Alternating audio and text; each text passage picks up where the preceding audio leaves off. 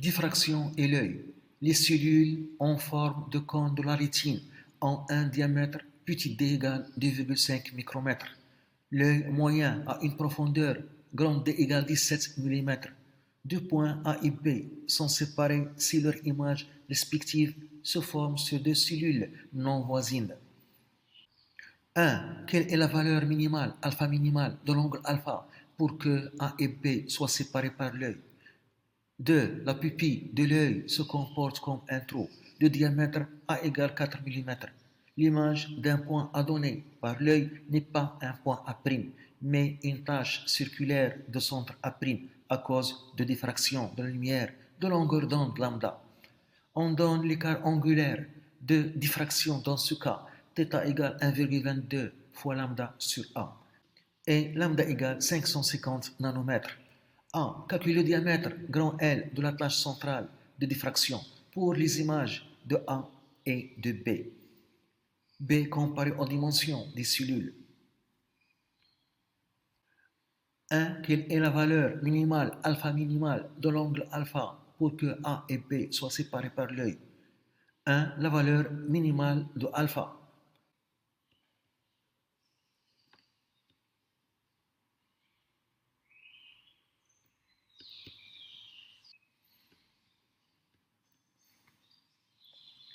On a ici l'objet AB, son image par l'œil A'B' qui se forme sur la rétine, qui joue le rôle d'un écran. La pupille se comporte comme un trou pour la diffraction, la distance grande D entre le trou et l'écran. On a représenté ici quelques cellules de la rétine et on a dit dans les données qu'on distingue les images A'B' de l'objet AB si elles se forment sur deux cellules non voisines, sur deux cellules séparées par des cellules. Et on aura cet angle alpha minimal lorsque les deux cellules sont séparées par une cellule. Pour alpha minimal, la longueur A'B', CD' est égale de D. D est le diamètre d'une cellule. On a ici un rayon et ici un deuxième rayon. Donc, la longueur A'B', c'est de D. D, 2,5 micromètres. Donc, la longueur A'B', c'est 5 micromètres. Et on calcule tangente de cet angle sur 2, qui est égal au côté opposé, qui est A'B' sur 2, sur le côté adjacent, qui est grand D. On a donc, d'après le schéma, tangente alpha minimale sur 2 est égal D' sur 2 sur grand D.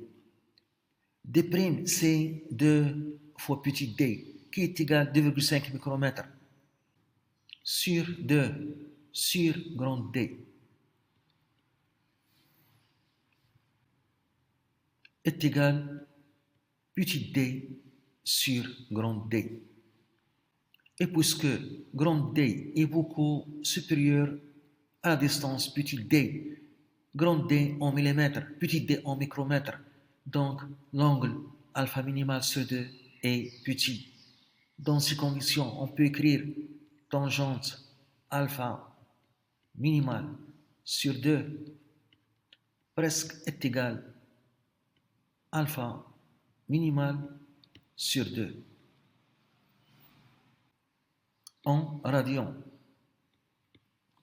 Donc, alpha minimal sur 2 est égal petit d sur grand D, ce qui donne alpha minimal est égal 2 fois d sur grand D. Application numérique est égal 2 petit d 2,5 micromètres en mètre fois 10 au moins 6 sur grand D 17 mm en mètre fois 10 au moins 3. On trouve alpha minimal est égal 2,9 fois 10 au moins 4 radians. 2. La pupille de l'œil se comporte comme un trou de diamètre A égale 4 mm. L'image d'un point A donné par l'œil n'est pas un point A', mais une tache circulaire de centre A' à cause de diffraction de la lumière. De longueur d'onde lambda. On donne l'écart angulaire de diffraction dans ce cas. Θ égale 1,22 fois lambda sur A et lambda est égal à 550 nanomètres. A. Calculer le diamètre L des taches centrales de diffraction pour les images de A et de B. A. Calculer le diamètre L des taches centrales de diffraction pour les images de A et de B. A. Le diamètre L.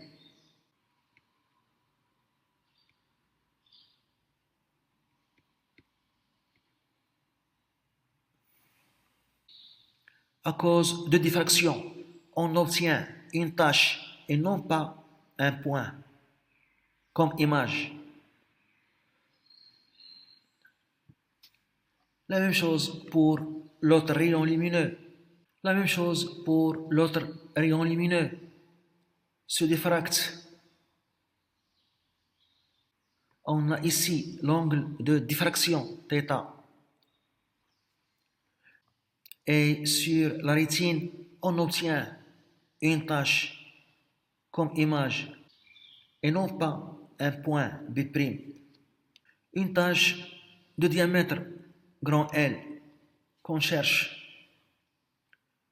Donc, ici, on a un angle droit. L'œil a une forme sphérique ou presque. Donc, la distance D sur le rayon. Donc, cette distance, c'est le rayon grand D. On écrit donc tangente θ d'après le schéma est égal L sur 2 sur grand D, qui est égal L sur 2D. Dans ces conditions, l'angle θ est petit, donc on peut écrire tangente θ presque est égal à θ. Avec θ en radian. Et par suite, θ est égal L sur 2D, ce qui donne le diamètre de la tache centrale grand L qu'on cherche est égal 2 fois D fois θ. Et d'après les données, l'angle θ de diffraction est égal à 1,22 fois lambda sur A. Donc je remplace θ par cette expression et on trouve le diamètre de la tache centrale grand L est égal à 2 fois D fois 1,22 fois lambda sur A. L est égal à 2,44 fois D fois lambda sur A. Application numérique. Le diamètre de la tache centrale grand L est égal à 2,44 fois la distance D, 17 mm en mètres fois 10 pouces moins 3 fois lambda 550 nanomètres en mètres fois 10 pouces moins 9 divisé par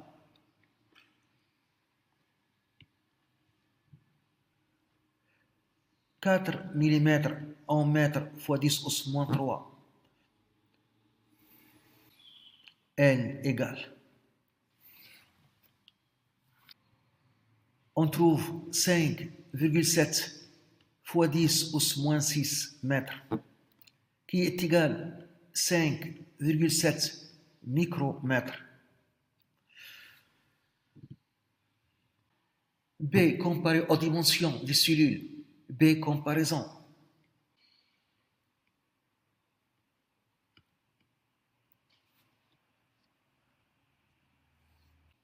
On a le diamètre de la cellule petit d est égal à 2,5 micromètres. Donc on voit que le diamètre de la tache centrale de diffraction grand L est plus grand que le diamètre de la cellule petit d. Et pour comparer avec précision, on calcule le rapport grand L sur petit d est égal. Le diamètre de l'attelage central de diffraction, c'est 5,7 micromètres. Petit d, le diamètre de la cellule, 2,5 micromètres, égal. On trouve 2,28.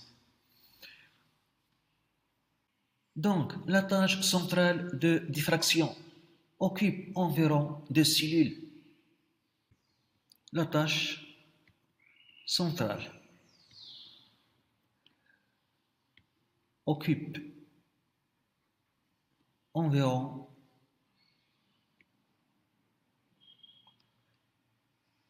2 cellules.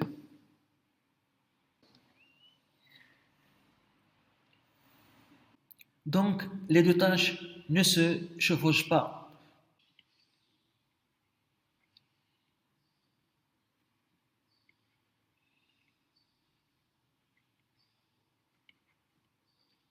On peut donc distinguer les deux images A' et B'. Et par conséquent, on peut distinguer les deux images A' et B'. On peut distinguer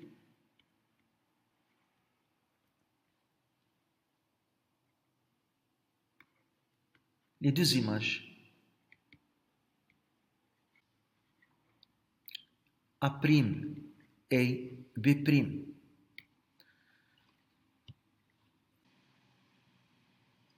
Donc, la diffraction n'a pas d'effet sur le pouvoir séparateur de l'œil.